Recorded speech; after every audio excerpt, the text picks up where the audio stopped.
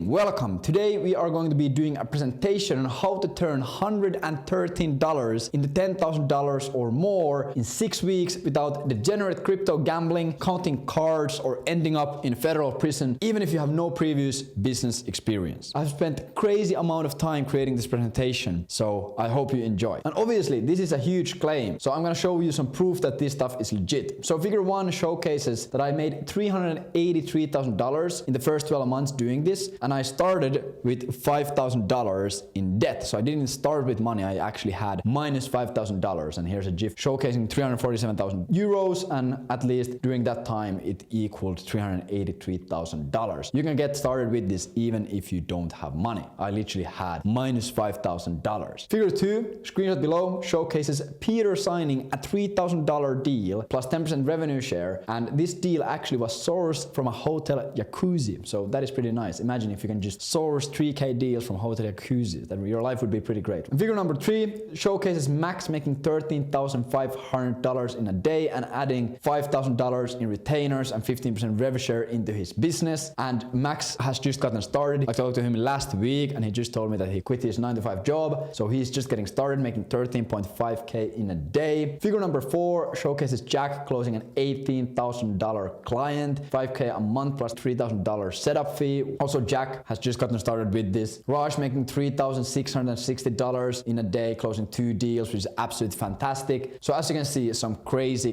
stuff. And figure number 6 is just me showcasing a GIF that we have over 1,700 similar screenshots from one of our communities alone. And we have 3 communities. So here you can see me scrolling through 1,700 screenshots showcasing similar results. And the reason why I showed this GIF is because I didn't want to show you 1,700 screenshots, because this video would be probably 2 days long. And also, if you're still skeptical after seeing that and you're thinking, there's no way something like this exists, what you can do is you can go on my YouTube channel and check my playlist of different case studies. We have literally done interviews with each one of these people and showcasing their results, and they tell you what kind of results they have gotten. Here, Aman, 10K a month in 180 days, Wyatt, 75,000 a month in profit in 9 months, Kai from 0 to 15,000 in 4 months, Haig from 0 to 10,000 in 7 weeks, Haig from 0 to 10,000 in 7 weeks, Omar from 0 to 13,000 in 3 months, Elliot and Emil 25,000 a month in few months, Brian from 0 to 13, Tony from 0 to 23, she's making over 40, 50 by now, Michael from 0 to 20 in few months, Huey and Christian from 0 to 25 in 13 weeks, Joel from 0 to 18,000 a month in 4 weeks, Daniel from 0 to 15, Abu Bakr from 0 to 10,000, Theodore 10,000, Jeremy making over 10,000, 20,000 a month, 10,000 a month, 18,000 a month, 15,000 a month, 10,000 a month, 30,000 a month, 20,000 a month, 20,000 a month. So as you can see, this stuff is super powerful as long as you take action. And I know when you see results like these, you naturally start thinking, well, surely these guys are special or have something that I don't. How do I know that? Because that's exactly what I used to do as well. Every single time when I saw someone killing it with their online business, I would never accept the fact that they were doing something better than me. I always thought,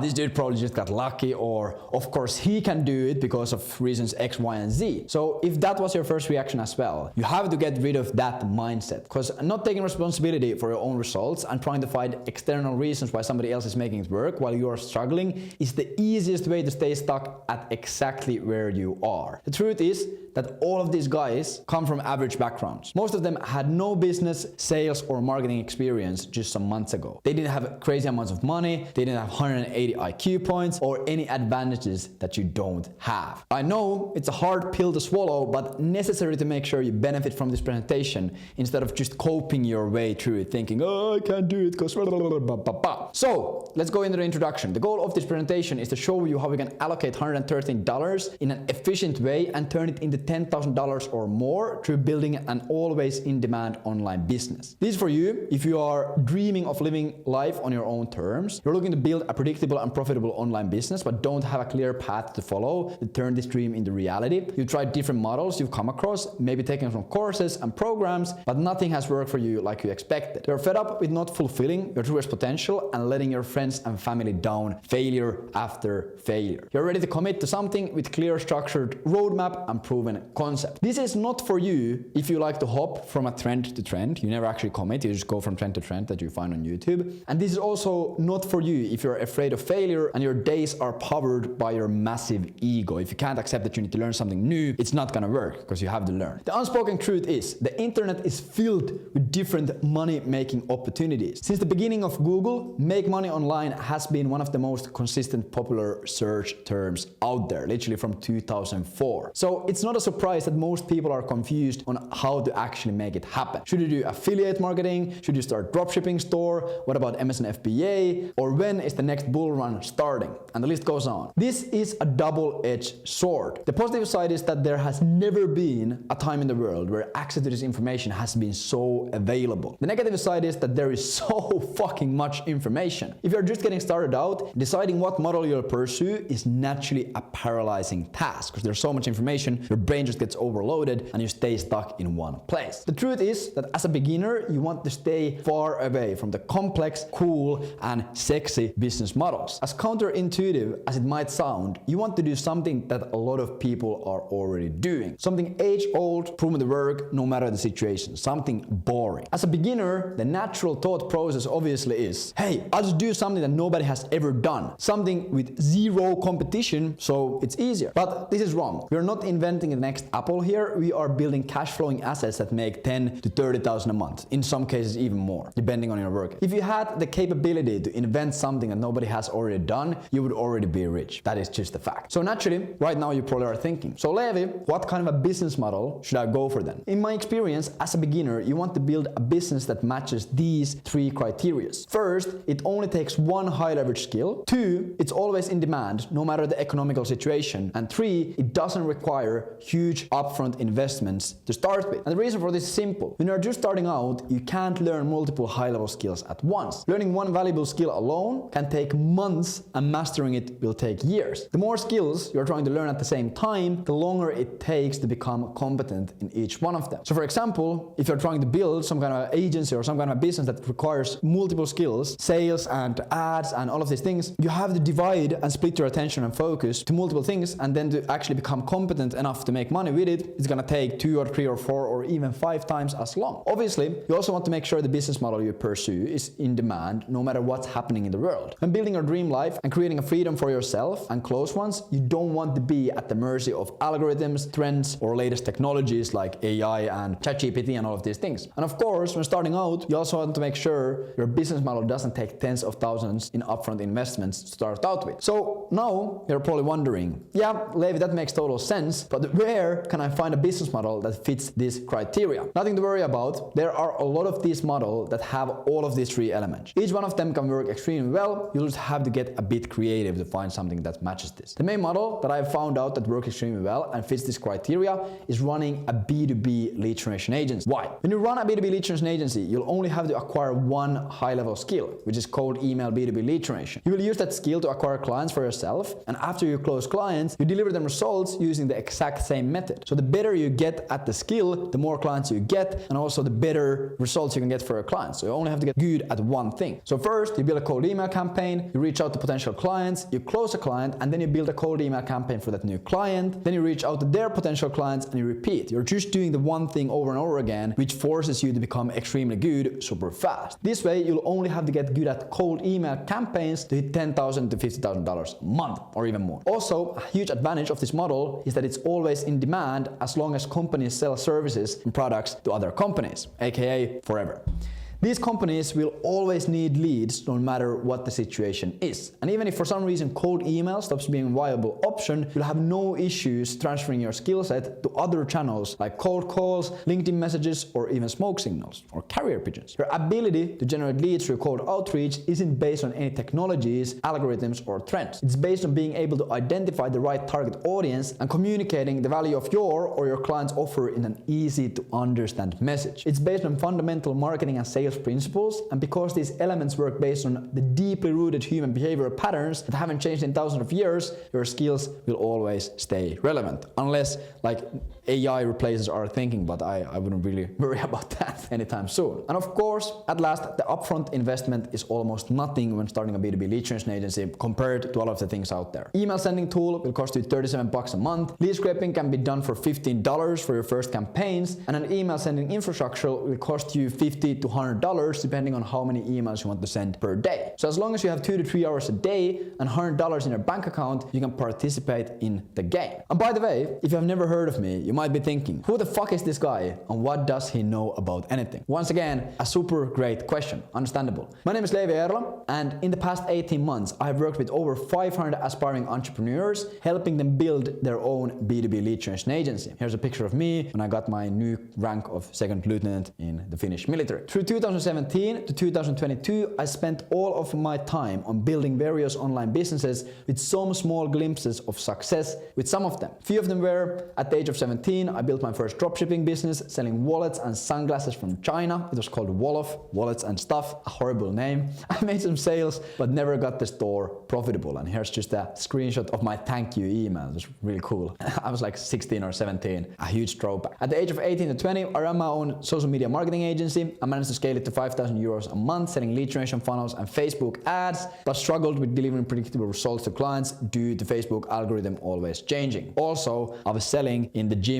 and fitness niche. I was selling to gyms and different fitness companies. So as C19 hit, I got slammed pretty hard because everyone lost like 30-40% of their revenue. At the age of 20, after I came home from the military, I ran my own B2B sales outsourcing agency and had a multi-8-figure electricity company as a client. I built them a team of 5 sales reps. We generated the leads, we closed the deals, we handled onboarding and did everything else in the sales process. The partnership ended because they hired a new head of sales who changed the commission structure. My team of 5 outsold teams of 25 reps that were also selling for this company. So we were really good. And at the age of 20, I also ran my own direct-to-consumer supplement business. We started a supplement product line and built a team of 15 phone reps in like a month. We managed to scale to 3,000 euros a day range in under 60 days, but crashed the whole business after a few months due to bad management, product and knowledge of back-end operations. So that was a pretty sad time in my life. Bankrupted me, and that also got me into debt. After burning down the whole supplement business and losing all my money, I started working as a head of lead generation and head of sales for different B2B companies as a contractor, because through all of these things, and I have also been doing sales on the side, I had learned a lot about lead generation and sales. For one of the companies I worked with, we grew from 16,000 euros a month to 88,000 euros a month in a few months through the lead gen process I put in place. And here's a picture of their CRM. Here's December 2021. I started here. We were doing 16,000 a month.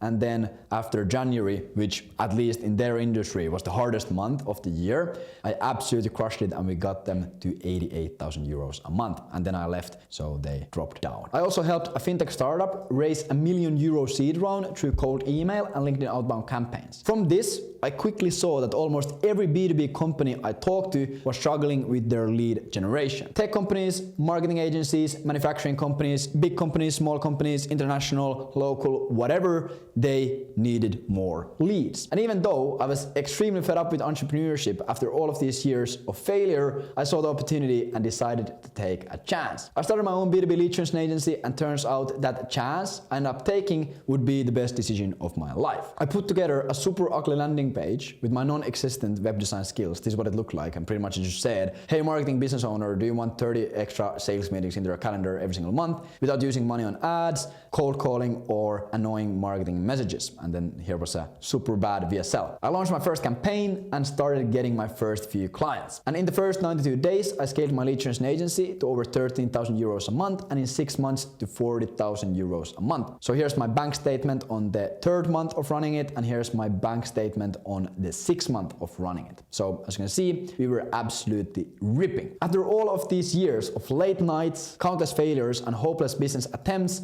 I was finally making some money. I was finally able to do all the things I had dreamed of all these years. I immediately sold all of my stuff, terminated my rental agreement and moved to Bali with my girlfriend. I ended up traveling through Bali, through Thailand, through Malaysia, through Dubai and France for a year while building my business and living the dream life. So here I'm driving an ATV in the jungle of Bali, and I'm jet skiing in Dubai, and here's also a villa that we lived in for a bit. It was extremely expensive, but as you can see, it was extremely beautiful. After a year of traveling, I moved into my dream apartment in Estonia, and I have lived my life here ever since. And this is pretty much where I am right now. Also during this time, I started posting the results I was getting to Twitter. Naturally, a lot of people started messaging me asking for advice on how to also get into the B2B lead generation game. I realized that the whole business model was super untapped and nobody truly understood understood how to capitalize on the crazy demand in the market. So I put my best foot forward and started mapping out what people were struggling with when trying to build their agency. I even hopped on over 73 consultation calls in the span of 3 days to see what people needed the most help with. And this is what my calendar looked like throughout those 3.5 days. I started early in the morning at the office and boom, I just ripped through the whole day. And I was just talking to everyone, asking what they need help with. Based on the insights and amazing conversation I had, I started helping 10 people on their journey to build a profitable B2B lead generation agency. I built everything for them. I picked their niche, I crafted their offers, I built their landing pages, wrote their video sales letters, drafted their campaigns, and even hopped in some of their sales calls. The results were amazing. People were scaling to $10,000 a month in just a few months, delivering crazy results for their clients and becoming actual B2B lead generation experts. Now, fast forward to 25th of March 2024, I have worked with over 500 people on building their B2B lead generation agency, helped countless people scale to $5,000 to $100,000 a month with their agencies, and we even hosted a live event in August 2023 in Tallinn, where over 20 successful lead generation agency owners flew to from all over the world and had amazing time. So here I'm doing a presentation and I'm talking about Gandhi. So this was our first event. We are going to be doing a few more this summer. We are also going to be running a marathon with all of our clients and our team members in Norway in September, which is also going to be great. So all of this brings us here. In this presentation, you will learn the exact steps you need to take in order to start your B2B lead generation agency, launch your first campaigns, get your first client, and deliver them results, all with less than 6 weeks. Obviously, building a profitable and long-term business is not a walk in the park. It is going to take a lot of iteration, hours, and adjustments. The goal of this presentation is not to show you how to do everything from 0 to 100. The goal here is to show you how to get from 0 to 1 as efficiently and fast as possible, so you can start seeing traction, making money, and then start learning more about the process of scaling and optimizing your business, and you can do it from my YouTube videos. So let's get started. Step 1 of this process is building the foundations of your agency, and this is going to take a day and it is going to cost you $5. The first step of the process is easy, even though a lot of beginners overcomplicate this and get paralyzed trying to do this. Right now, to get started, we'll have to first pick a niche we'll sell our lead generation services to. We have to figure out the details of our offer we'll be selling, and we'll have to build a landing page and a video sales letter to show we are running a real business. Through hundreds of iterations and 2 years of optimizing this process, we have figured out an extremely effective way to do this, and you will be getting it for free right here. So let's dial in and let's pay attention. First thing is going to be picking your niche. So the first thing you'll have to understand to succeed in this is the fact that almost every single B2B niche will work for this. It's extremely hard to fuck this step up. The reason why we are picking a niche is so we can focus our efforts into a smaller segment of the market. If we try to sell to everyone on the planet, it won't resonate with anyone and we'll end up with an empty calendar and an empty bank account, which we don't want. For the first niche, we want to still keep it fairly broad. We don't want to go into a super specific market segment without being 100% sure it's the most optimal niche for us. We'll go into a fairly broad market with a lot of different types of companies, and over time, we'll dial it down based on what we see working or not working. And don't worry, I'm going to show you how to do this later on. For example, you might start working with the marketing and advertising industry, and after a few months, you notice that most of the companies interested in working with you are early stage marketing technology companies. Based on this feedback, you dial in your niche to just early stage marketing technology companies. So the main variables we'll have to think about when picking the first niche will be what B2B industry are we going to target and what location are we going to target. So first, the industry. Like I already mentioned, almost any B2B industry will work. The main thing we'll think about is your unique experiences. If you worked as a software developer for the past 5 years, you should go into the software development industry. If you have experience running a social media marketing agency, you should go into the marketing and advertising industry. You get the point. The main B2B industries you want to look at and pick from are technology and software services, including IT, software development, SaaS, and cybersecurity. Then marketing and advertising. This is what I really enjoy. Digital marketing, market research, advertising agencies, PR stuff. Then we have finance and insurance. So this is banking, insurance, financial consulting, and fintech stuff. Then we have manufacturing, which is specialized equipment, machinery tools, and various manufacturing services. Then we of course have energy and utilities, oil and gas, renewable energy services, electricity and water supply services. These are really great niche. I have like 4 or 5 years of experience here from my sales career. Then we have of course wholesale and distribution of various products ranging from food to industrial supplies. We have telecommunication, so data transmission, mobile communication, and network infra. We have construction and real estate, so commercial construction, building materials, and real estate development services. We have transportation and logistics, so shipping, freight, warehousing, and logistics. We have of course agriculture and agribusiness, so farming equipment, agricultural products and related services, accounting and financial services, so maybe you're studied accounting or finance. So here we have accounting, auditing, payroll, financial advisor services, so fractional CFO stuff. Then of course, if you're really into crypto and Web3 and blockchain is a really strong niche. So services and technologies in the blockchain, cryptocurrency and decentralized finance sectors. Then we have design and creative services. So maybe you have design experience or you have done some creative marketing, etc. So this includes graphic design, UI, UX, industrial design and creative agencies, really good for creative design oriented people.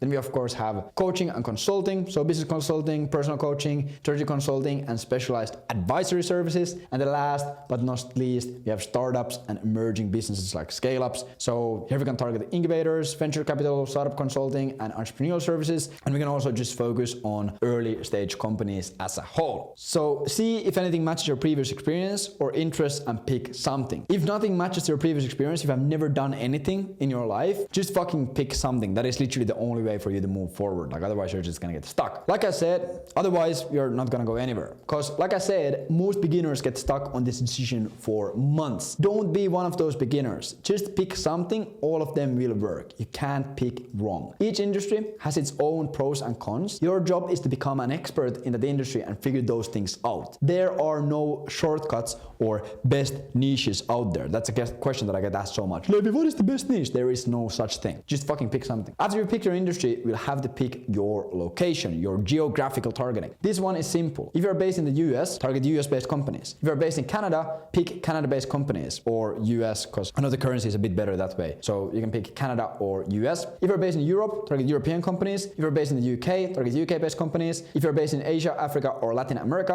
I'd pick either US or Europe. Those are a bit stronger markets than any of these. But once again, there's no rules to this game. That is just my experience. Only nuance here is the language you use when reaching out to your niche. Having a language advantage can be extremely powerful tool when you're building your agency. Certain countries, which are mostly in Europe, have their own language. If you speak the local language, for example, let's say you speak Swedish, it makes sense for you to only target Swedish companies. When you speak their language, you'll stand out way better and have an additional trust and familiarity advantage on your side. Literally, you will have a better reaction in the brain subconsciously because the language you are communicating with is familiar to them. Once again, do not overcomplicate this shit. Just pick something and move on. You'll never make any money if you can't even get started. Then we'll go into creating your offer. Boom. Now that we have answered the question, who do we sell to? We need to answer the question, what do we sell? Similar to the niche, this is a step that beginners love to overcomplicate. And in a sense, I understand it. You can go extremely deep and in-depth on your offer.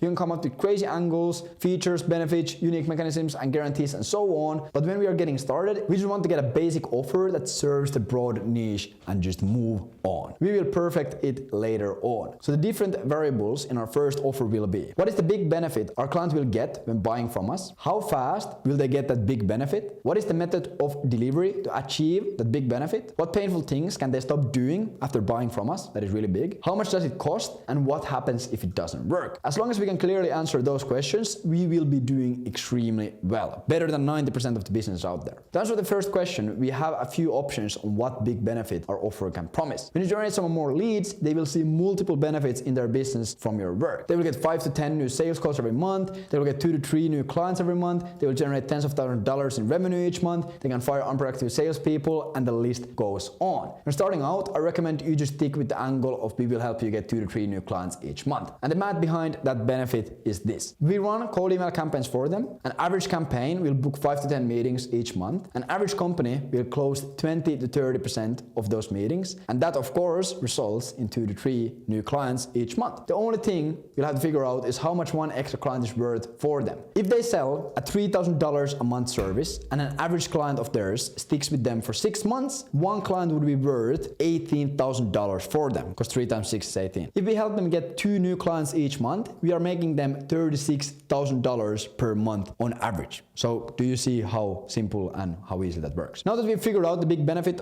our clients will get, we'll have to figure out the time frame it takes to get those results. The variable here is how long or short of a time frame we want to talk about when communicating with our clients. We can either tell them we'll get you 2 to 3 new clients each month, or we can say we'll get you 20 to 30 new clients in the next 10 months, or 40 to 60 new clients in the next 20 months, or 4 to 6 new clients every 2 months, you know? And even though on paper these two statements are the same, it has a difference difference in your performance. Most companies are looking for long-term partnerships that help them scale over a longer time period. So that's why I'm a big fan of talking about longer time frames, even if it doesn't have any difference in the actual end result. So the next question we have to answer is, how are you going to deliver these results? And these are all things that the prospects are going to think about. The potential customers, they first think, okay, what am I going to get? How fast will I get it? How will they do this? What if it doesn't work? What can I stop doing? Etc. So we're just pretty much answering all the thoughts the prospective client might have in their head. So then they don't need to ask it and there's less friction. They're going to buy. Obviously, when making big and bold claims, this is something our potential clients will be thinking about. Our method of delivering these results is, of course, cold email lead generation campaigns. If you want to,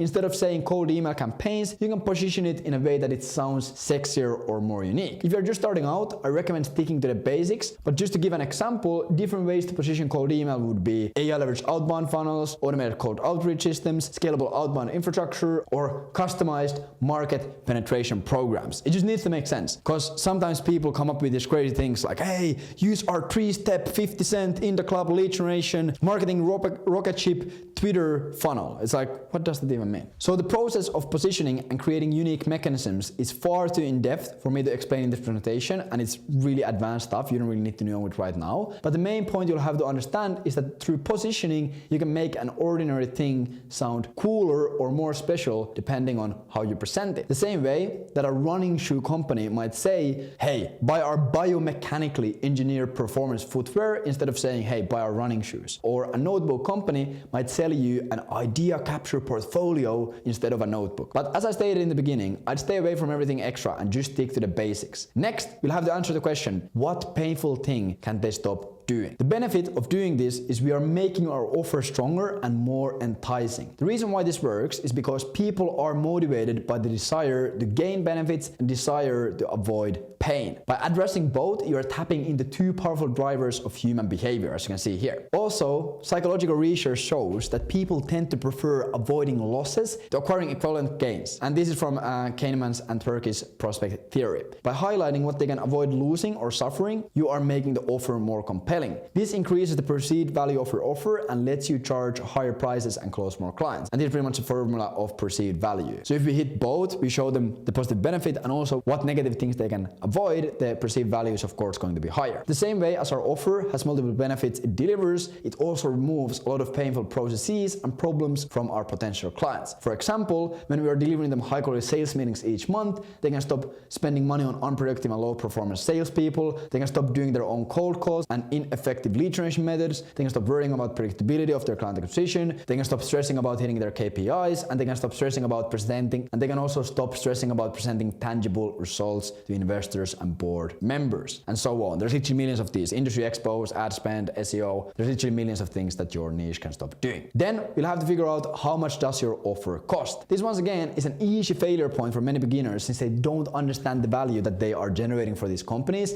and end up underpricing themselves hard. And this of course makes it super hard for you to scale because you can't invest in a business because you are not getting paid for anything and you're just working for free and it's just a huge shit show. Like in any business, there is an unlimited amount of pricing models that can work well for a lead generation agency. The most beginner-friendly pricing model that you must start with is this. When you start working with a client, you charge them a starting fee. This starting fee will be between $2,000 to $4,000 depending on how comfortable and confident you are in your own work ethic. If you have past sales experience, you should aim to close clients at the top end of that range. This starting fee will be spent on setting up all the necessary technologies for the new client, scraping leads, and of course to pay yourself for the initial work that comes up from setting up the new campaigns. After the client has paid you the starting fee, you will charge them $200 to $500 per a booked meeting. The price you end up choosing once again depends on your confidence, but also on their prices. If the client is selling $200,000 software development projects, it's totally fair to charge them $500 per booked meeting. And to be honest, that is really on the low end. That is extremely cheap. We've had guys in our program who charge $1,000 to $2,000 per meeting in similar scenarios, and they go and they book 5 meetings in a month and they get paid $10,000 a month from just that one client. After After all, the only point of this pricing model is to first, decrease the risk of working with you, and second, provide a clear return on the investment for the client. When the client only pays you for the booked meetings, the risk of working with you, even if you're just starting out, is close to zero. If you book them 3 meetings a month, they'll pay you $600 to $1,500, and if you book them 15 meetings a month, they will pay you $3,000 to $7,500. If they sell a service for $3,000 a month and an average client stays with them for 6 months, one client is worth $18,000 on average. With an average closing rate of 20%, 10 meetings would mean 2 new clients, and that is worth $36,000, as we already went through. If, for example, they pay you $3,000 for those 10 meetings, they are getting a 12x return on their money. So think about this. You book them 10 meetings, they close at 20% closing rate, that's 2 new clients times $18,000, value of their one client, $36,000 that they make. And then if you're getting paid $300 per call, you're getting paid $3,000. So you are making them 12x on their investment, which is absolutely amazing. Everyone is going to take that deal. That's why you don't really need to be, and that's why you don't really need any sales experience or nothing like that to close these deals. This makes closing new clients extremely easy and effortless, even if you are a complete beginner with no business experience or case studies. At this point, the last question in the potential client's mind will be, okay, all of this sounds amazing, but what if it doesn't work? For this, we'll offer the potential client a guarantee. This can sound scary when starting out, but trust me, it is nothing to be afraid of. The guarantee you'll offer will have 2 aspects. First, if you don't book 10 meetings for the client in the first 90 days, you will refund the starting fee. And you can also replace this with a 100% satisfaction guarantee. I sometimes like to do 30-day 100% satisfaction guarantee. So say, hey, try this out for 30 days. If you don't like it, just let me know and I'll refund you all the money. Never have had to issue a single refund. Never. And then the second one is if a meeting you book doesn't happen and the prospect doesn't show up to the meeting, they won't pay for the meeting. This way, there is no reason for the potential client to not buy from you. They're guaranteed that the campaigns will work and they will only pay if they have an opportunity to sell their service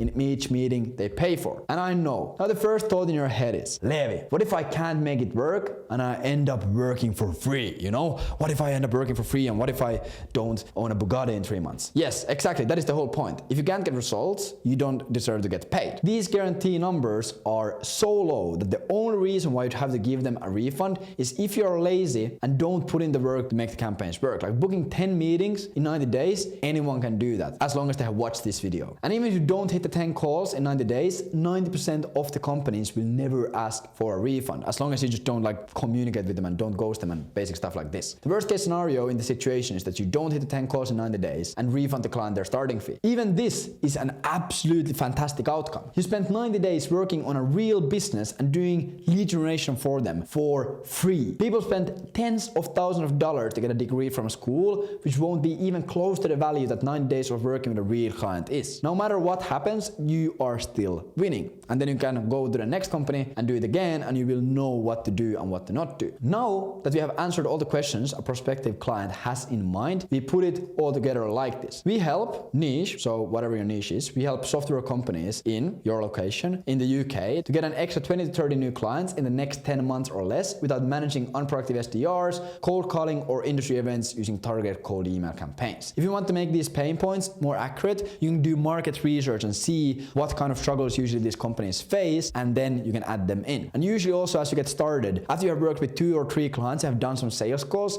you will have an absolutely amazing idea of what they hate doing. So then you can just plug it into your offer and replace the old things with more accurate data. And that is a positive feedback loop, and it works extremely well. Then in sales calls, when we are closing the client, we'll explain to them our no risk pricing model and finish off with the guarantees to seal the deal. As you can see, closing clients won't be an issue when you're doing this. Next up, we will cover building your landing page and a video sales letter. So we're going to be building you an actual funnel that makes you money. Even if you have no technical skills or experience building websites, this part will be easy. Having a landing page, pretty much a website with only one goal, is important because we want our company to look legit for potential clients. Also, we will insert a VSL, which is a video sales letter, or a vodka soda lime, on the landing page. A VSL is a video which only has one goal: to sell your client on your service. It's like having a salesperson talking to all of your ideal clients 24/7, never asking pay rises and never underperforming. Since we are starting out, we don't want to spend weeks or months and thousands of dollars in building a huge website with perfect branding and brand books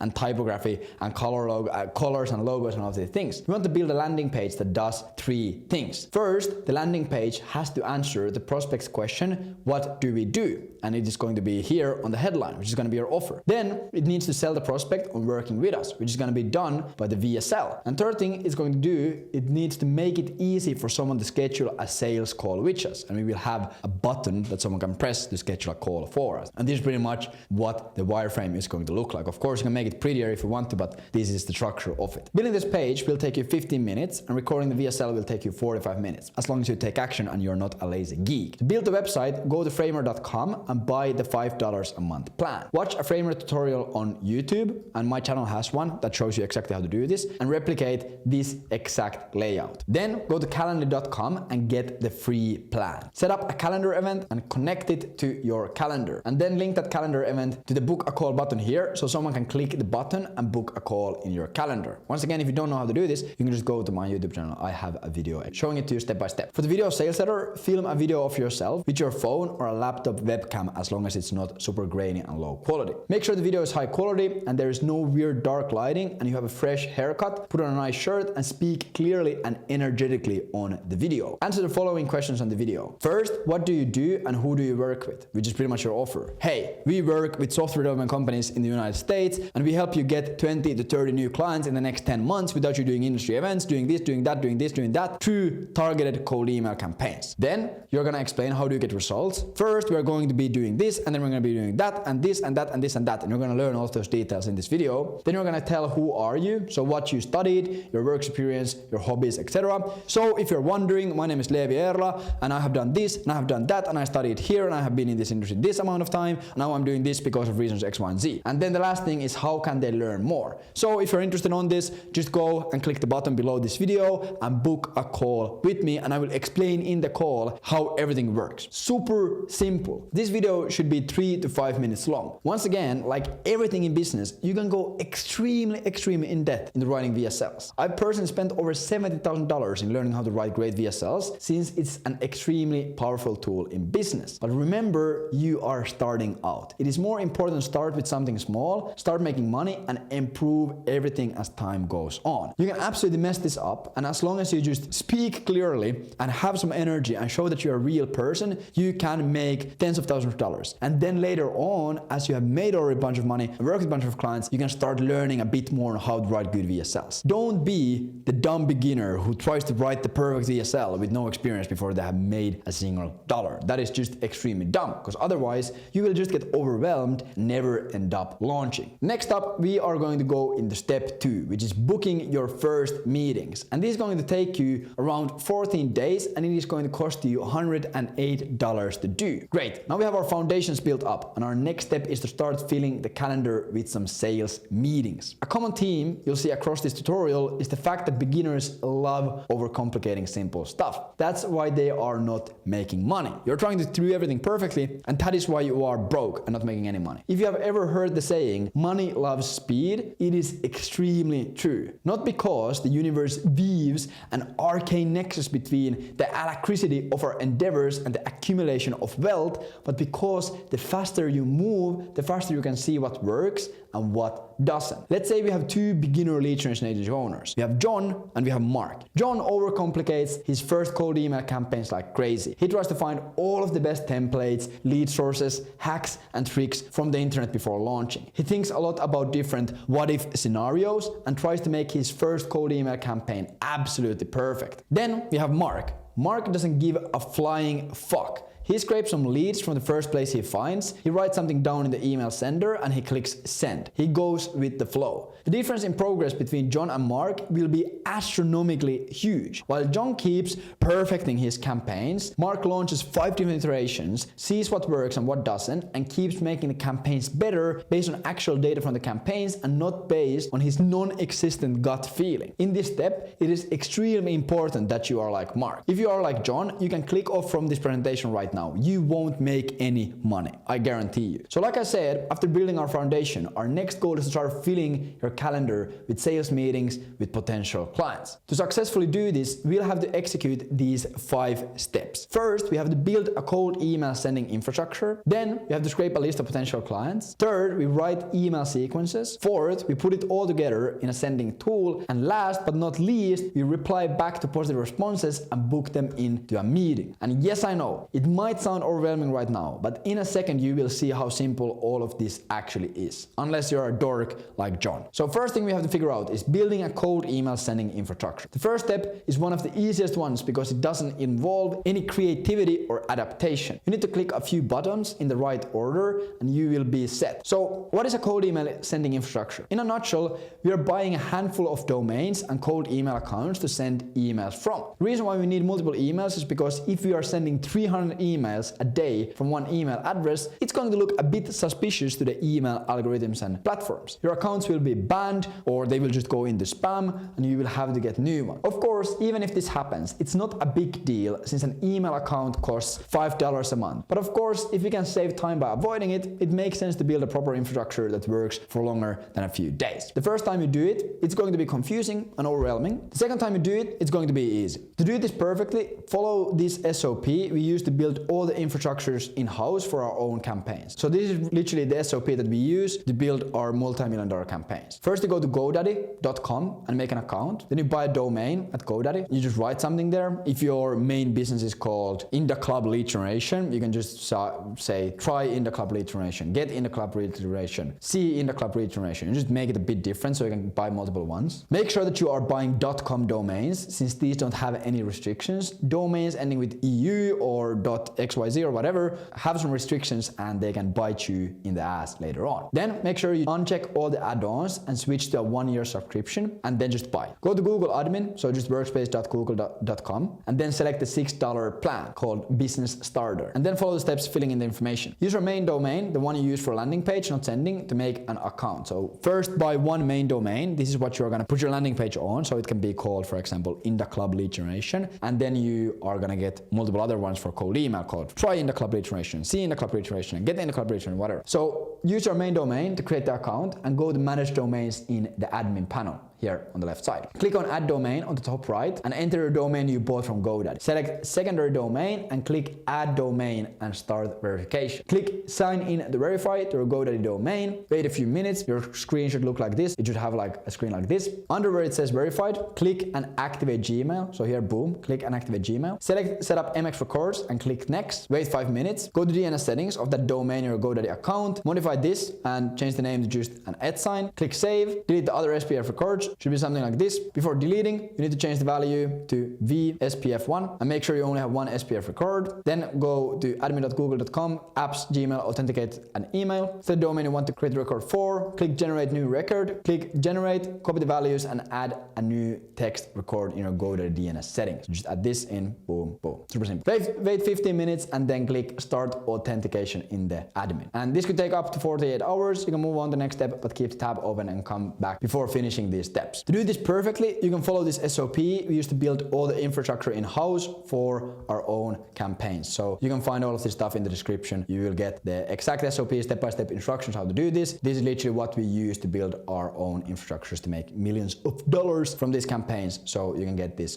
for free, of course. Buy 5 domains and add 2 email users and you'll be able to send 400 emails per day after the whole warm-up has been completed. I recommend you take advantage of GoDaddy's £1 domains when getting started to save your budget. So here, for example, indaclubleadgeneration.com is 0.01 pounds. By this, it saves you a bit of money. Then the next thing we have to do is scraping a list of potential clients. So we need to get a list of leads we can start selling to. After we've set up our domains and email accounts and they're warming up, we'll have to scrape a list of potential clients to sell our services to. There are 2 main ways to do this as a beginner. First, pay someone on Fiverr to do it. Second, do it yourself with a tool. The difference between these 2 methods is the expenses. If you take the Fiverr route, you can have someone scrape you 10,000 leads for $30 or 30 euros. And if you do it yourself, you have to spend $97, but the benefit is that you'll get access to the tool yourself and can start learning and optimizing the search immediately. So both routes are great. If you have the budget, do it yourself. If you're short on money, buy a list from Fiverr and you just literally go and you search up Apollo lead generation and you find something like this. No matter which option you choose, the process is almost the same. First, we'll have to write down our criteria. and the criteria for our first lead list will be the industry you picked, so for example software development, the location you picked, so for example UK or Europe or Sweden or US or whatever, Canada. You're going to target companies with the headcount between 10 to 200 employees, and the titles you're going to be reaching out to will be CEO, owner, founder, co-founder, co-owner, and chief sales officer. You can also add in CMO here because it's also a really great title to reach out to. Then you either give this criteria to a Fiverr lead scraper you hired, or you put it inside Apollo.io lead scraping tool like this. Boom. Here's the titles, here's the location, here's the employees, and here's the industry we are reaching out to. And as you can see, by putting these filters in Apollo.io, we have 146,400 leads we can reach out to. So these are all people we can sell to. 146,000 people we can sell to, or companies we can sell to. Like, you only have to get 0.01% of those companies as clients, and you're going to be living your dream life. Export a minimum of 3,000 leads and throw them in the millionverifier.com to verify the list you have scraped. The reason why you verify the list through a third-party software is because sometimes these leads get outdated. People change jobs, emails, or leave the company, and their email isn't valid anymore. And we don't want to reach out to non-valid leads since it's a waste of time and can hurt our sender's reputation, so then our emails go to spam. Next up, we are going to be writing cold email sequences. Writing your first cold email campaign and sequences will be a daunting task, mainly because it's a natural reaction to think, I'll make this a perfect campaign and get giga rich immediately. I will be able to buy a Lamborghini if I just make this perfect. Unfortunately, it doesn't work like that. The secret of making high-performing cold email campaigns is rigorous testing and iteration. The script I'm going to give you in this presentation will get you around 0.15 to 0.3% booking rates, even if you fuck up everything else. For example, I gave the same script to my little brother, and he's using it for his own lead generation agency, and today when we checked, he was hitting 1.6% meeting book rates, so like 8 times better. So it can work better if you do everything else well, but at least 0.15 to 0.3%. This means with the infrastructure you set up, you'll be booking around 6 to 12 meetings a month without any iteration. I'll also show you how to make the necessary tweaks to 2 to 3x this number, or even more. The first cold email sequence will consist of 3 different emails. First, the first email, which is going to be called the intro email. Then a follow-up after 2 days reminding the prospect of your first email. And third, we're going to be sending a break-up email after 5 days of sending this email, the second one. After sending tens of millions of emails in the past few years, we have seen that this is the most efficient way to structure your campaigns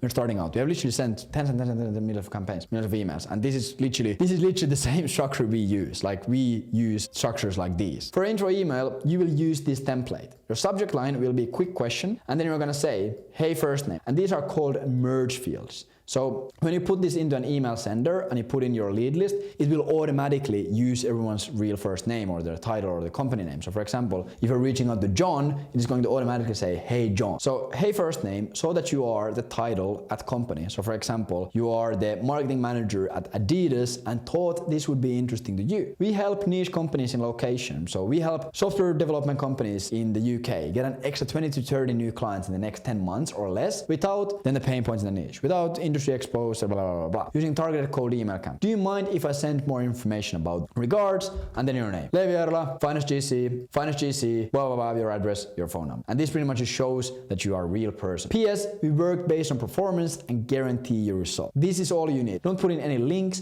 Don't put a link to your landing page, even though everyone always wants to show off their new cool VSL. Don't put the link in there. Don't put a picture of yourself. Don't do anything. Just literally do this. Don't change it. For first follow-up, you will use this template. Subject line, leave it blank, so don't put anything for the subject line, and just say, hey first name, did you receive the email I sent to you about taking on new clients? I sent it 2 days ago. Once again, short and sweet. And for your last email, the breakup email, you will use this template. Subject line again is going to be blank, and you're going to say, hi first name, I tried reaching out to you a few days ago about taking on new clients in the coming months, but I assume you are busy. If at any point you'd be interested in seeing how we could forward an additional 20 to 30 new clients to company in the coming months for a small performance fee, feel free to reach out back to me. Regards, your name. And then PS, is there someone else I'd reach out to about this at company? So pretty much we're just letting them know, hey, I guess you're not interested, so if you ever need this, let me know. And then we're also asking this, because sometimes when you're reaching out to the marketing manager might not be the person responsible for this. So it might be, hey, reach out to the head of sales, his name is John and this is his email, and then reach out to them and you're like, hey, marketing Mark told me to reach out to you and blah, blah, blah. You know, you get the point. And boom, you have proven to work email sequences written out. Like I mentioned, doing the minimum effort and filling out these templates before calling it a day will get you to around 6 to 12 meetings per month. That already is enough to score your first few clients in 1 to 2 months. But out here, we are not satisfied with minimum effort results. It's an inputs-outputs world, meaning that the more effort you put into this, the more you get back. You reap what you sow. And if you're serious about changing your life and building something great, I highly recommend you take the following steps. So to improve the performance of our campaigns beyond the 6 to 12 calls a month, you'll have to do something called A/B test. This is truly the bread and butter of cold email or anything marketing or even business related. A/B testing in marketing is like setting up a race between two versions of a cold email campaign to see which one performs better. You send version A to one group of people and version B to another group. Then watch which version gets more people to book a call. It's a way to find out what your niche prefers without guessing. So you're operating based on data, not a non-instinct gut instinct like most beginners. Like, hey, I don't think this, no one wants to do this, no one wants to read email this short or email this long, or no one wants this, no one wants that. Bro, you have no fucking clue. Test it. That way you will know. The technical aspect of this is easy. You just go in their email sender. So if you have used RSOP, you're going to be using Instantly.ai. And in Instantly.ai, in the email sending section, you will just click add variant in your email sending tool to add a version B. So the button is going to look like this. Writing the variation B is also fairly straightforward. The main thing to remember when testing variations is that you can only change one thing at a time. If you change multiple things, you won't know why the variation performed better or worse. You need to treat this A/B testing process like a scientist in a lab. We are looking for a clean test result with a clear winner or loser. Let's say you're trying to make a new soda and you're trying to make it super great. And then you have your first variation of the soda. And then you add in, you think, okay, how can I make this better? I'm gonna add in these two ingredients. You add one ingredient and you add a second ingredient in there and you taste it. Wow, it's way better, but you don't know which ingredient actually made it taste better. So that is why you do one at a time. You add one, you taste it,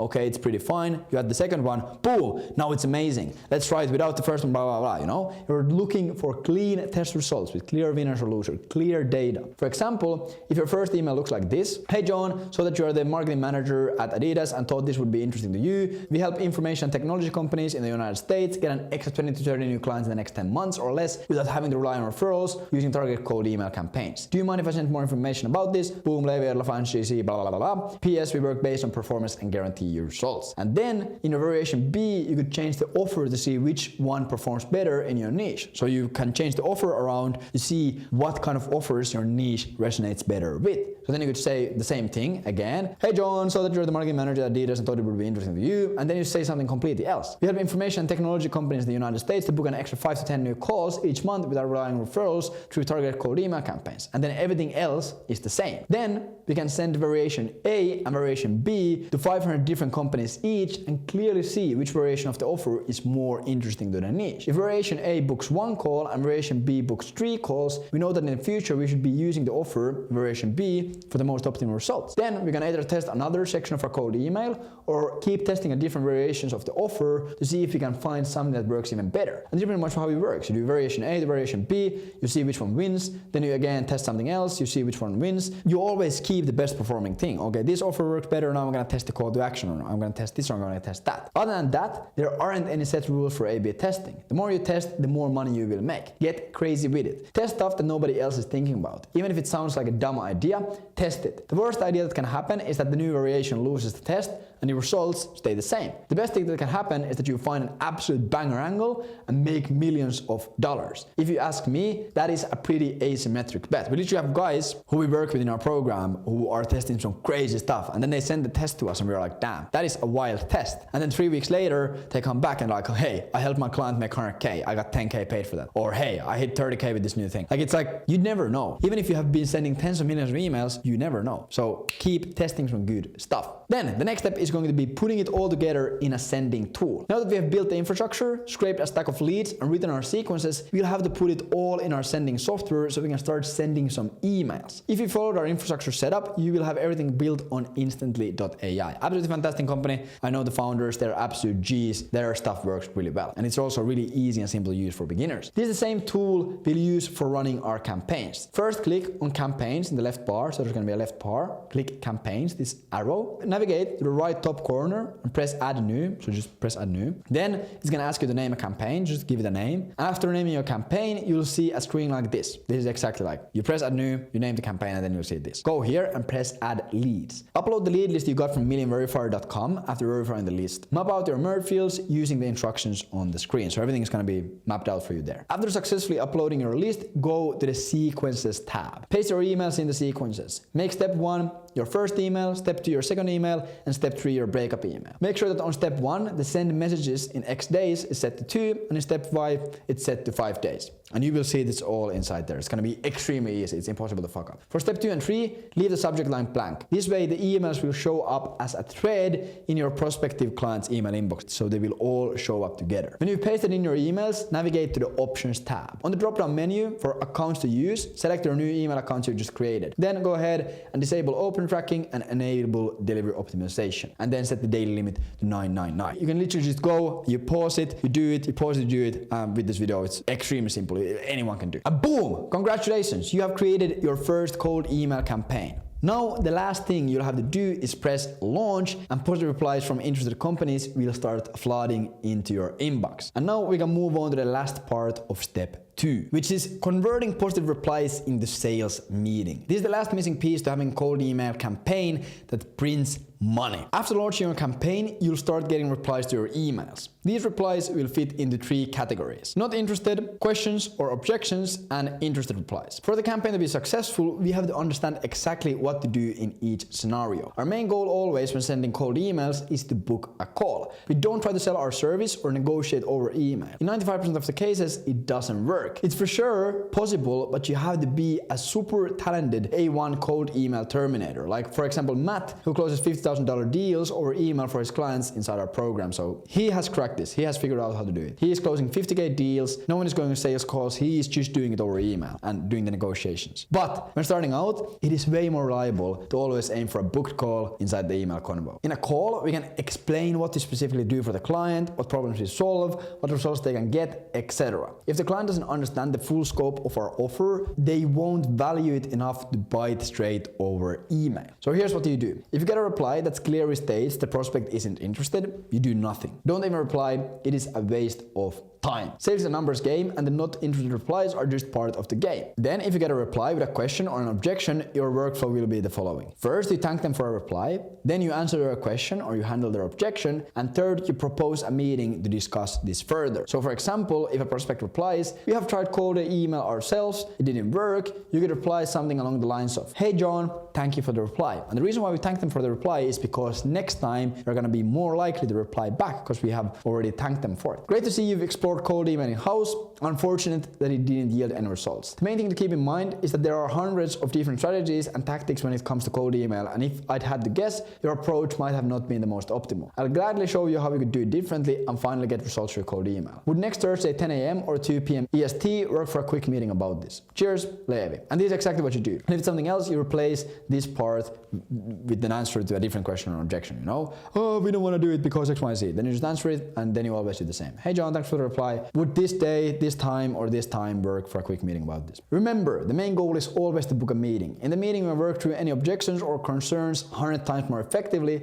than over an email. If you reply where someone clearly states that they are interested, you'll directly ask for a call. You just say, hey John, thank you for the reply. That's amazing to hear. The next step is to hop on a quick discovery call to see exactly how we could help you the best. Would next Thursday 10 a.m. or 2 p.m. EST work for you? And that is literally what you do. You just ask, hey, would this date, this time, or this time work better for you? And then this is called a yes or yes close, or false option close. So you want to do the call yes, or you want to do the call yes. So you pretty much are giving them 2 options, and both of them are exactly what you want. Don't overcomplicate it. Don't add anything extra. Immediately ask for the call. Few main things to make this process more effective. The faster you reply, the more meetings you'll book. So if you reply in 3 minutes, you'll book more meetings than if you reply in 3 hours. Simple. And if someone doesn't reply to your call proposal, keep following up until you get a clear yes or no. And that's it. As long as you follow these steps and keep A/B testing and learning, you will be booking 50 to 30 calls a month for your offer in no time. Even if you're the worst salesperson on earth, with those numbers, you will be closing new clients for thousands of dollars every single month. I can guarantee that. Then we go into step 3, which is closing sales meetings into happy paying clients. And this is going to take you around 10 days, and it's going to cost you a fat at $0. It can be faster, it can be a bit slower, but 10 days is a good average. So great,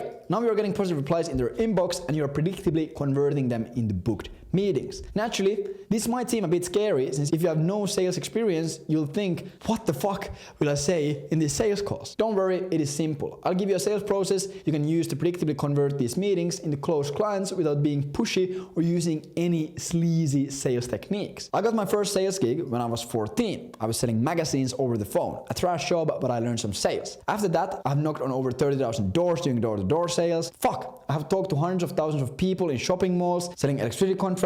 I've built 2 over 15-person sales teams, and I have closed millions of dollars in marketing and lead generation deals. When I was selling door-to-door and in malls, my sales style was extremely aggressive. Inspiration for our closing techniques was straight from Wolf of Wall Street. We were young, we thought that is how you should be doing it. Even though it worked amazingly well, I quickly realized that it's not a predictable model to teach beginner salespeople, because most people will feel uncomfortable using those techniques, and I 100% understand it. It is a pretty sleazy, pushy way of selling. Because of this, I was forced to develop a logic-based sales process that could be given to anyone who's starting out, and they could still close with an above average closing rate. And I have implemented this logic-based sales process to tens of companies, and every single time it has worked amazingly well. Hundreds of our clients are using it, they're absolutely crushing it, and people are making money and closing deals. And it's based on 2 30-minute sales calls, and it's called the 30-30 sales process because of that. First, we do a discovery call, and then we do a demo call. On some occasions, you'll have to do a 3rd or even 4th call if the company you're closing is big or the decision-making process is slow and inefficient. So let's get into it. First thing we'll go through is how to run a discovery call. So the first call of the process. And this is going to be 30 minutes, and these are all the steps that you're going to be going through. This is going to be the first call you have with each prospect. The whole point of this call is to find out if you can even help them. In this call, you won't be selling anything, discussing any prices, or negotiating. Trying to close in the first call is the equivalent of going on a date with a girl, meeting her at a restaurant, and before the waiter asks you what you like to drink, you ask her if she'd like to leave and go to their 50 Shades of Grey inspired sex dungeon. Unless you've already built up a crazy amount of trust beforehand, it just won't work. Anyways, the structure of the discovery call is the following. First, you set the agenda for the call. Then you ask the potential client questions about their situation, business, and goals. And third, if they are qualified, you're going to be booking them in for a demo call. And here we are going to be going through the script on how to actually do this. Just one thing to keep in mind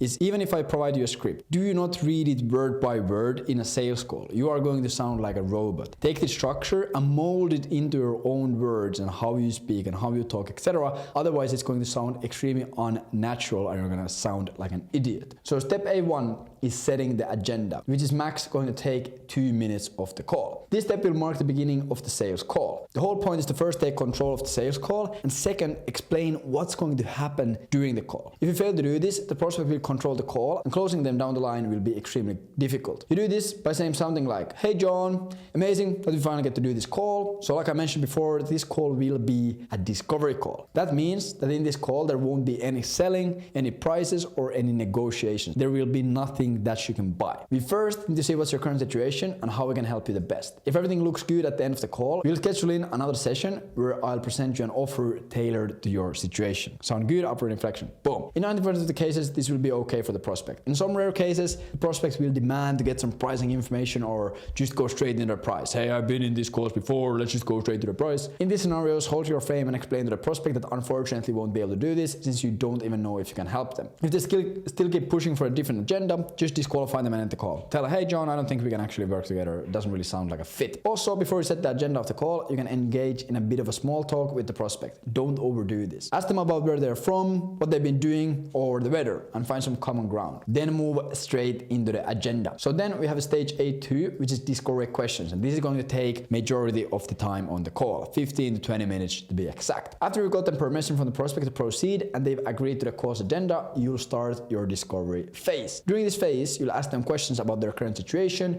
desired situation, and their business as a whole. You'll also be taking notes on the side in your CRM or Google document. And you don't have to take perfect notes, just write down some bullet points of what they're saying. The goal of this phase is simple. First, you want to see if they'd be a company you'd like to work with, and second is gathering ammunition for the demo call that we're going to use to close the prospect down. You want to ask firm questions that tell you about their current situation and the situation they'd like to be in. This is called finding the gap. The reason why finding the gap is important is because your offer will be a bridge between the gap. So right now they're in their current situation that they are not satisfied with. If they were satisfied with their current situation, they wouldn't be in the call. And then they have a dream situation where they would like to be. And between those two situations, there is a gap. And that gap is pretty much the things that they don't know how to do, or they don't want to do, or the resource, or whatever it might be.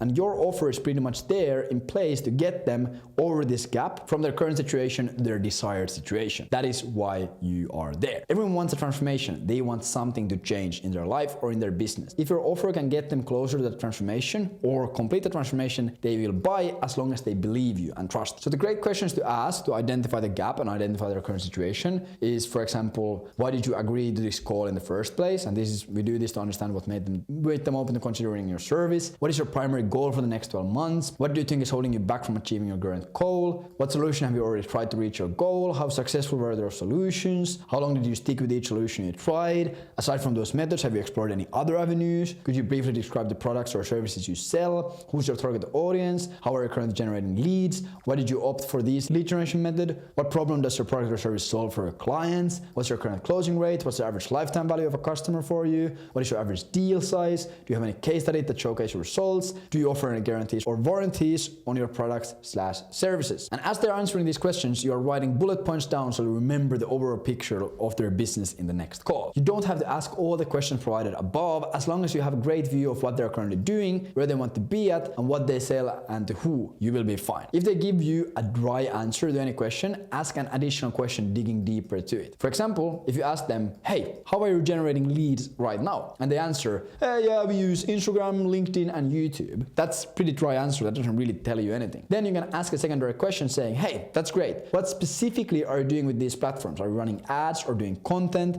And what kind of ads or content are you using? And that way you can pretty much just get better answer for these questions. Because if you don't get good answers, you're gonna struggle a bit more down the line. Then we're gonna go into B1, which is qualifying/disqualifying and booking the demo call. And this is going to be the last 5 minutes of the call, sometimes a bit more. So the big mistake beginners make when they are starting out is disqualifying too many potential clients. They are scared to death of taking on a bad client, even if they have no idea of what makes a client good or bad. The longer you run the business for, the better gut instinct you build for companies you should or should not work with. You start seeing fundamental issues in their business, limitations in their offer, attitude issues of the founders, and a bunch of other stuff. But the thing is, you can't build gut instinct without seeing these things for yourself. Nobody can tell you what kind of companies you'll want to work with and don't want to work with. Everyone is different, and because of that, you'll have to learn this by yourself through trial and error. For example, I absolutely love working with early stage technology companies without a clear product market fit. On the other hand, someone else might absolutely hate working with companies like that. Without trying it out, you will never know. The main red flags you want to look out for when talking to companies are first, unrealistic expectations. If they want you to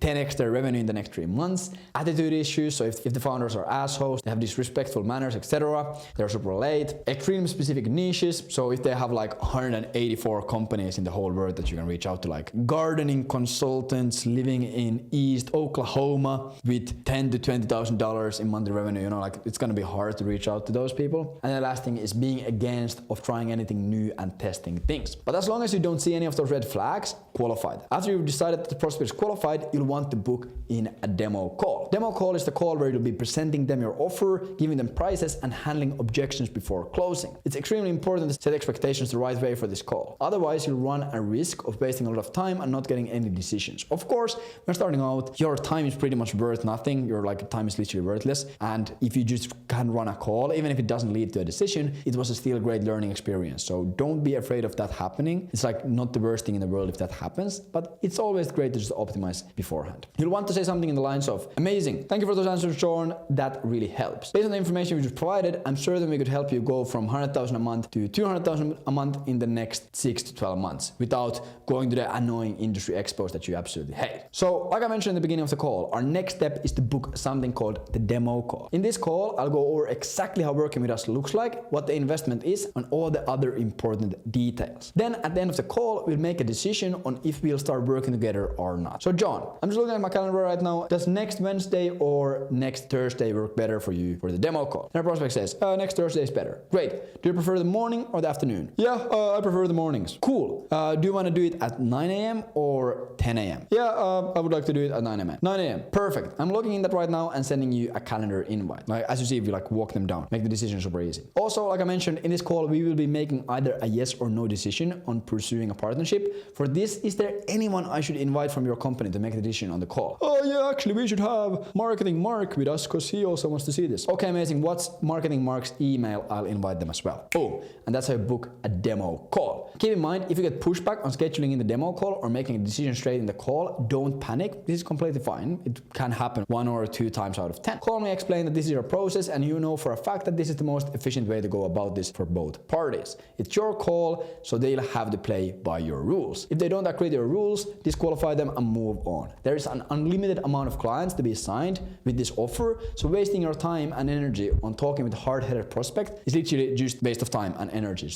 It's unnecessary. So after that, we're gonna be running a demo call, and this is how the demo call agenda is gonna look like. We're gonna be setting the agenda up, doing all these basic things, and then we're gonna be doing something called looping, which is super exciting, and we're gonna learn it in a second. This is the call where everything finalizes. As long as you've done everything else correct, it's going to be easy and a fun call. You're gonna be getting paid. In the demo call, it's important that you don't bitch out halfway and start making dumb mistakes. In some cases, people who have never done sales calls feel uncomfortable when presenting prices, asking for the deal, or handling objections. Then they come up with all sorts of excuses like, they were broke, like prospect was broke, or they were not really qualified. I didn't really want to work with them anyways, you know? In 99% of the cases, they are lying to themselves and potentially others, and the real reason behind losing the deal is simple. They bitched out. They let their fears stand in between them and their dreams. They went through the whole process of creating campaigns, converting a potential reply to a meeting, doing a discovery call, and finally, when it was time to collect the money, they bitch out due to the uncomfortable nature of asking for what you want. What a crazy fucking thing to do. So before we get into the process of running a demo call, I want you to promise yourself that you'll never commit the sin of half-assing a demo call to not being used to asking for a deal. It's ridiculous, and somebody like you who's destined for greatness doesn't let that happen. Great. Now that that's out of the way, the process of running a demo call is the following. First, you set the agenda of the call. Then you recap notes from the discovery call. You pitch your offer. You ask for the deal. You get objections. You handle those objections, and then you repeat from step 4 until the deal closes or time runs out. That's pretty much everything that you have to do. So first, A1, setting the agenda for the call. And this once again is going to be max 2 minutes. As long as you followed my structure for the discovery call, you already know how to do this. Take control of the call and explain what's going to happen. Remember, it's your call and it's your rules. If they don't like the rules, they can go talk to other people. Again, if you want to, you can engage in some small talk before setting the agenda. At this point, you already know the prospect a bit better, so as long as you keep it under a few minutes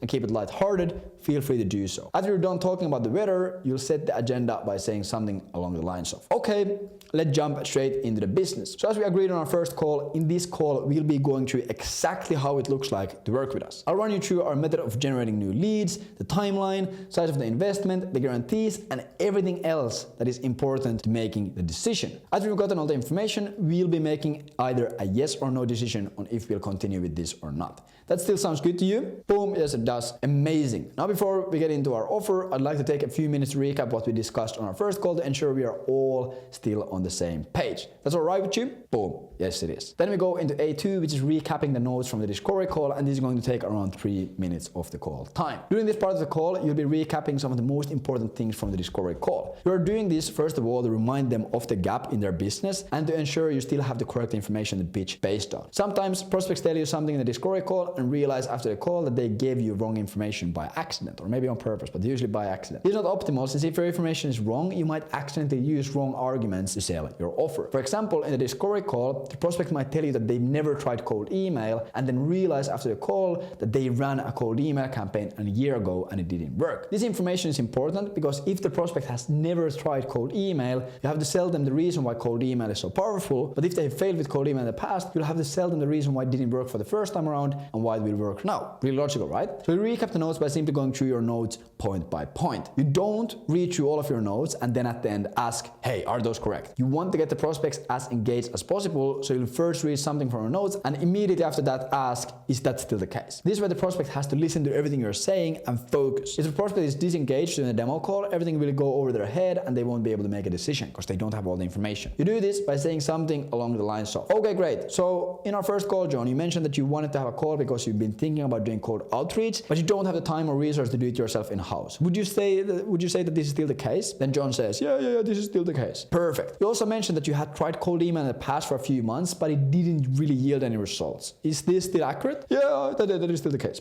Okay, great. We also discussed that your goal for this year is to start doing cold outreach, and the goal for that is to book at least 5 calls every single month for a sales team. Would you say that number is still accurate, or has anything changed since we last talked? Yeah, I would say 5, 7, 10, something along those lines. Great. And you don't want to spend more than 3 minutes doing that. Confirm the most important point from your notes and then move on to the pitch. B1, pitching your offer, which is going to take around 3 to 5 minutes, depending a bit on how fast you speak and how advanced the prospect is and how much information they need. Okay, so now's the time for you to pitch your offer. A lot of people think that this is the part that sets you apart, which is completely untrue. You don't need some grandiose or Jordan Belfort pitch where you promise them stars from the sky. The main job of the pitch is take the information you've acquired in the discovery call and show them how your offer will work as a bridge between their current situation and their desired situation, which is the gap, backed by an ROI justification. There are multiple styles of pitching that you can use based on your preference. I personally like to use a whiteboard and draw the elements of the offer while sharing my screen, because this is how I learned to sell 8 years ago. We always had these physical whiteboards and we would pitch on them and prospects would look at it, and that's how I learned, so I still do it on computer. Some people like to use, for example, sales presentations, but as a beginner, I recommend staying away from everything that might complicate the process of pitching and pitching by talking without any additional visuals. Yes, having a visual presentation or a whiteboard will for sure help you to communicate your points to the prospect, but if you're just starting out, the complexity added by the extra element will make you pitch poorly. You'll stutter, you'll forget your points, and you'll deliver an unorganized presentation. Because of this, it's better to miss out on the small advantage of visual elements and focus on delivering a pitch that is easy to understand and goes over everything necessary. Yeah? So great structure for a pitch looks like this. First, your big claim. We help you do this in this time frame without doing this. Boom, boom. Then you explain how you get the results and how it applies to your gap. So you explain the process of doing cold email. First, we look at your niche and we look at this. Boom, boom, boom. You've already done this at this point. You already know how to do it. Then you explain them step-by-step process, and here you focus on what, not how. So you don't explain, I will go to instantly and I will press this button and blah, blah, blah, blah. You just explain. So I will use a cold email sending tool. I will do this and this and this and that. You use the what, not the how. Then you explain the time frame to start seeing results, how long it's going to take. You ask if there's any questions. Then you tell the price of your offer and you immediately tell the guarantees of your offer and then the action plan. Sometimes there's information online that you say the price and you shut up, but I don't really like that. I always like to tell them, so amazing, if there's no questions, let's go straight into the price. So the work with us, the investment is going to be $3,000 up front, and then you'll only pay us $300 per call booked. And these are of course backed by this and this and this guarantee. So when we start working together, first we do this, and you pay the starting fee in the beginning, and then after we have done these steps, and after 2 weeks, you start paying us the pay-per-call one. So amazing, would you like to do it? You know, I like to do that kind of a thing, because then they're not saying yes or no to the price, they're saying yes or no to the action plan. And you ask, hey, do you think that the action plan makes sense? Yes, it does. Okay, amazing, let's do it. Or do you think that action plan makes sense? No, it doesn't. Okay, what would you like to change on the action plan? No? The first time you'll pitch, it's going to be messy. You'll stumble through the structure, you'll be nervous, and you'll feel it's going terribly bad. Push through it. Over time, as you repeat this process, you'll start to develop your own word-by-word pitch. For example, after going through the structure myself countless times, I know exactly what words I'll use, what analogies work well to communicate my points, and how I'll answer different questions. Easy mistake here is to stretch out your pitch because you are trying to include every minuscule technical detail, a reasoning for each step. Don't make that mistake when starting out. In most cases, the main thing the prospect cares about is the high-level overview of the steps, how they will apply to their business specifically, and how fast they can start seeing results. As long as you cover those, you're going to be doing really well. And then we're going to be going to the step B2, which is asking for the deal. And this is a really exciting step for most people. And this is also a step where a lot of people crumble and lose the deal. The universal rule of sales is that the more times you ask for the deal, the more deals you'll get. It will work in every industry, in any sales process, in any sales scenario. I guarantee you that. By nature, people hate making decisions. Because of this, if you never ask for a decision, you won't get one. Most people will never tell you, okay, let's do this without you asking for it. Some people will, but 90% won't. I understand that in a lot of cases, your natural instinct will tell you that, hey,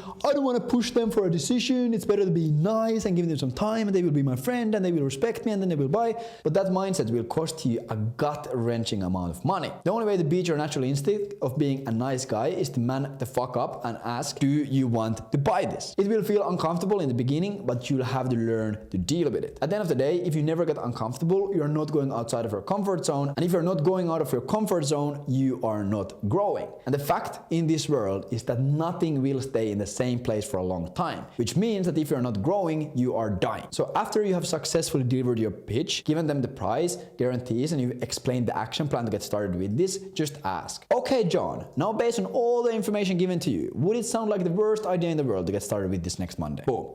After you ask for the deal, shut the fuck up. At this point, the prospect is thinking of reasons why they shouldn't do it. If you don't let them finish this thinking process, they will be forced to say no because you are interrupting their decision-making process. They literally can't say anything else because they haven't been able to make a decision. So if they can't make a decision, it's an automatic no. Then we will go to C1, which is handling objection, and this is going to be majority of the demo call. 20 minutes is reserved for this. In most cases, it's going to take way less. It's going to get 3, 4, 5, 6, 10 minutes, but it's good to reserve some time for this and put it aside. Now, this is the point where the actual selling starts. Everything until this point could be done by a talking monkey. You've been just reading a script and asking easy questions. That is only 50% of the job. The other 50% of selling is handling objections. After you ask for the deal, in 90% of cases, no matter how well you've done everything else, you will get objections. The prospect will tell you, no, we don't want to do this. This is expected and it's part of the sales process. Yes, sure, sometimes you get deals without objections, but you should not treat those deals as the standard. Those deals are nice bonuses. Most beginners and even more experienced business owners and salespeople only close those bonus deals. They only get the easy deals and then they are closing like 1 deal out of 10, 1 deal out of 20, and they're happy. They are easy, effortless, and don't require actual salesmanship. You don't want to fall into a trap because it's expensive as hell. When a prospect gives you an objection or tells you that they don't want to move forward, don't make the mistake of thinking that there no means we never want to buy this. It simply means that they don't want to buy it yet. Maybe they are missing crucial information, maybe you forgot to mention something, or maybe they just have a concern about something in the process. All humans are driven by ego. It's been there since birth. And because of this, people might have difficulties giving you the exact reasons why they are saying no, because they are afraid that they will look stupid. To overcome this obstacle, we'll use a process called looping. When mastered, looping is a deadly weapon in your toolkit, and I've used it in every single sales position I've had, and I still use it every day in all of my conversations, all my communications. The process of looping is based on these 5 steps. You first get an objection, so you get a no, we don't want to do this. Then you identify the reason behind the objection, you handle that objection, you ask for the deal again, and you repeat until deal is closed. This is literally like the whole thing you do. You just literally spin through this loop forever,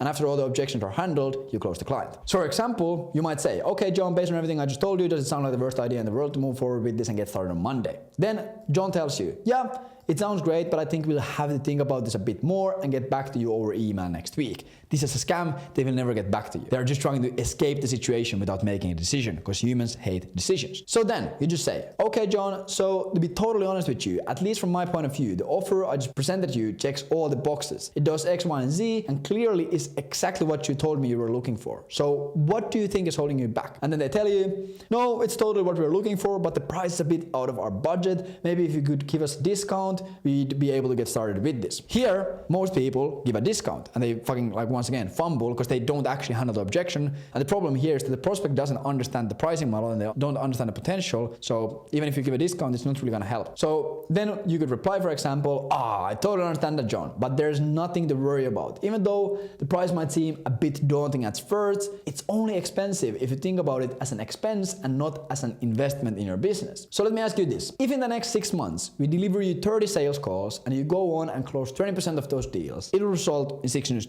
new deals, right? Those 6 new deals on average would result in $120,000 in revenue for you that you would have not gotten otherwise. And you at this point, you know their numbers. So if today you invest $3,000 in this, and during those 6 months you invest an additional $6,000 for the calls, and that generates you an extra $120,000, would you say that that's a ridiculously expensive price, an okay price, or clearly a good investment for the business? And then John might say, oh yeah, now that you put it like that, of course, spending $9,000 to make $120,000 is a great investment for the business. Exactly. So based on that, should we schedule an onboarding call for the next Monday? And that's what the successful loop with the looping technique would look like. Now, depending on the prospect, there will still be other objections that you'll have to loop through. At first, this might feel uncomfortable and quote unquote pushy. But remember, humans hate making decisions by yourself, and you are just helping them to make an educated decision by covering all the possible objections in their mind. You are helping them to make a decision, because otherwise they will make an uneducated decision on their business, which will potentially cost them money. The looping process has been successful if the prospect makes a fully educated decision. It doesn't mean that they will have to say yes. It means that even if they tell you no, it was done after all the possible objections had been covered in their mind and not because they didn't know all the facts. Like if a prospect tells you no because they didn't know something or they misunderstood something or they didn't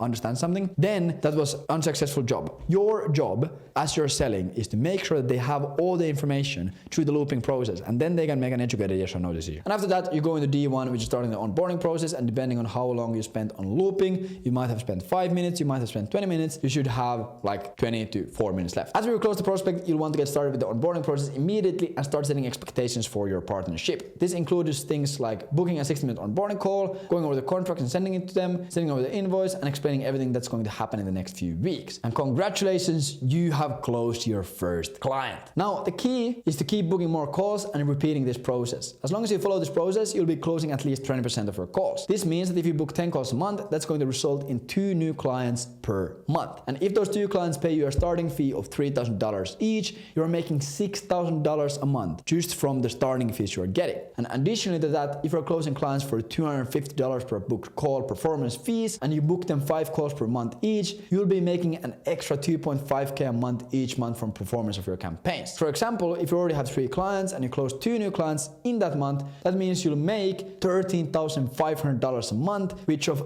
over 90% is profit. And that's $145,800 profit a year, if that's the only thing you do. Now, the last thing you'll have to understand is how to deliver results to these new clients of yours. And this is going to be step number 4. Delivering results to your clients, and this is going to take 21 days and $0 because the clients are financing the service delivery. And of course, this is going to be an ongoing process. Being able to predictably deliver results to your clients is the key to a long-lasting and stable business. Once again, the big mistake a lot of beginners make is being scared of service delivery. They're so afraid of closing a client and struggling with the service delivery that they don't even try. This, once again, in my opinion, is fucking crazy. This fear manifests from not knowing how to do this, not knowing the how. And the reason why they don't know the how is because they've never done it. Because they don't know the how, they think it's impossible. Because if the brain doesn't know the how, the only outcome the brain can imagine is failing. So you think it's impossible. But think about it. At some point in human history, the thought of being able to go to the moon felt impossible. No one believed that it would ever be possible. You saw the moon in the sky, like, what the fuck? No one can ever go there. Or being able to communicate with anyone in the world using a small device in your pocket felt like a ridiculous idea. Even though those ideas felt ridiculous and impossible at one point in the time,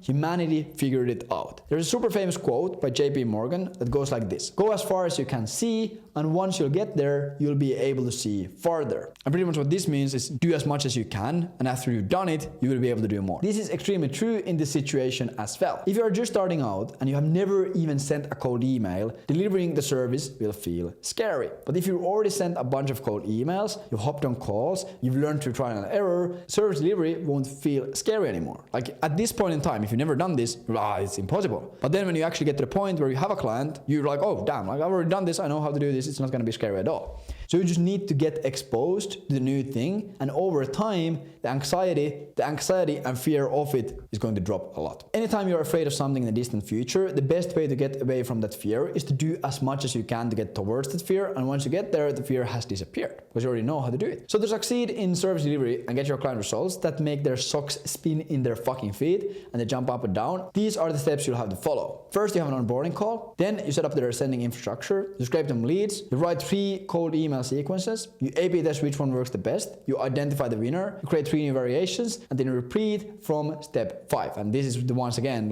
last loop that you do. Following these 8 steps ensures that no matter what, you're always delivering better results week after week. Because every single week you're finishing a test. Like even if you start out slow, week by week by week, the results are getting better and better and better. And it's not even like it's nothing magical. It's literally just following the data. It's like impossible to fuck up. And the truth is, you've already successfully done this process for yourself. Now it's just a matter of transferring your experience for a different niche and offer. If you did it once, you can do it again. The only thing you haven't done before from those 8 steps is the onboarding call. The point of the onboarding call truly is just to extract as much information as possible about their niche, offer, advantages, and past results. You also want to spend the onboarding call setting up realistic expectations to ensure client satisfaction. The main reason for unsatisfied clients is misalignments of expectations and what they actually get. If someone promises you the moon from the sky and only delivers you the stars, you will be naturally disappointed, even though they're fucking bringing you the stars from the sky. You're like, this is not the moon, this is not what they promised me, you know? So after you've done the onboarding call and understand what kind of companies they can work with, what they specifically sell, what results their service generates, etc., you'll start the process from zero the same way you did it yourself. Set up their domains, scrape them leads, write campaigns, and start A/B test. Also, it's super beneficial to communicate with the client as much as possible during this phase. Go above and beyond with your communication. Send them daily updates, weekly reports, and have calls with them to explain to them what you're doing right now and why. This will make a huge difference in your client satisfactions since they see that you're actually doing your best, delivering them killer results. Even if you're doing an amazing job, if you never communicate with their client, in their mind you don't exist. And if you don't exist in their mind, paying you money will feel like a fucking waste. So, to summarize everything. So, as you can see, as long as you follow the structure and you build a strong foundation for your agency, use cold email to book sales calls, convert those sales calls to paying clients, and deliver those client results by replicating the process, you will be able to turn $113 to $10,000 or even more in 6 weeks or less. Now, you have 2 options. First option is to do this alone. As long as you follow these steps and stay consistent, you will eventually make it work. It will take a lot of iteration and persistence to make work, but as long as you stick to it, it will happen. Second option, and this is only for the people who are committed and really want to make sure that they have the highest possibility to succeed in this. But this option is to work with me and my team. If you work with us, we'll personally help you with building the foundation. We'll help you write your sales letter, create your cold email campaigns, and close clients. Our team, who has generated over $10 million in revenue through cold email in the past 12 months, will also coach you on fulfillment, help you write your emails, and ensure you will deliver killer results for your clients. We'll also help you to scale as efficiently as possible, building a team, automating parts of your business, and ensuring your time is used in making money and not making mistakes and getting stuck on simple things. We will literally do everything. We'll help you with sales, we'll help you with niche, with offer, landing page fulfillment, emails, taxes, whatever it might be, we will be there for you. This way, the probability of success is as high as possible and you'll get to $10,000 a month faster than you could alone. This lets you start compounding your business faster. We have already done it with over 500 people just like you. So if you're interested in seeing how working with us looks like, you can visit agencyvelocity.io and book a call with our customer success team, and they will run you through everything, how it works, what you get, what is the investment, and if it even would be a fit for you. So go to agencyvelocity.io, book a call with us, and let's work together and let's absolutely crush it. The most important thing is to take action no matter what path you choose. So thank you for watching this. Hugs and kisses. This was Levi Erla from the Agent Velocity team, and let's absolutely crush it. Boom.